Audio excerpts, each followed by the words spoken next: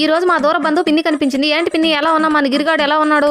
అయినా వాడికేంట్లే పిన్ని, అదృష్టవంతుడు, అందరూ నక్కతోక తొక్కుతుంటారు అంటుంటే వాడేమో నక్కనే తొక్కాడు. ఆషామాషి సంబంధమా వాడికి వచ్చింది? కోట్లో ఉన్న పిల్ల. అందరూ మగాళ్ళు ఒంటిద్దు బండ్ల ఆస్తులు పోగు చేసే పని పక్కన పెడితే సంసారాన్ని లాగి దారం తెగిపోతుంది, కానీ సంసారం మాత్రం అబ్బే ఇంచు కూడా కదలడం లేదు.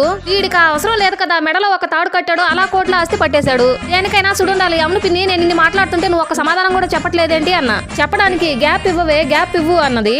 సరే సరే చెప్పు పిన్ని మా తమ్ముడు గురించి అన్న. ఏం తమ్ముడోనమ్మా, వీడి జీవితంలో సీన్ రివర్స్ అయింది అంది. ఏంటి పిన్ని తమ్ముడు కాదా చెల్లె అన్న. వసే ఆగవే, అది కాదే అంది.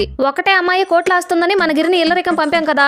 అవును కదా అన్న. అక్కడ కోడలతో గయ్యాళి అత్త ఎలా ఉంటుందో వాళ్ళ అత్త కూడా వాడితో అలానే ఉంటుందంట అంది. వీడు చేస్తున్న జాబ్ మానిపించేసి ఇంట్లో పని చేయిస్తున్నారంట.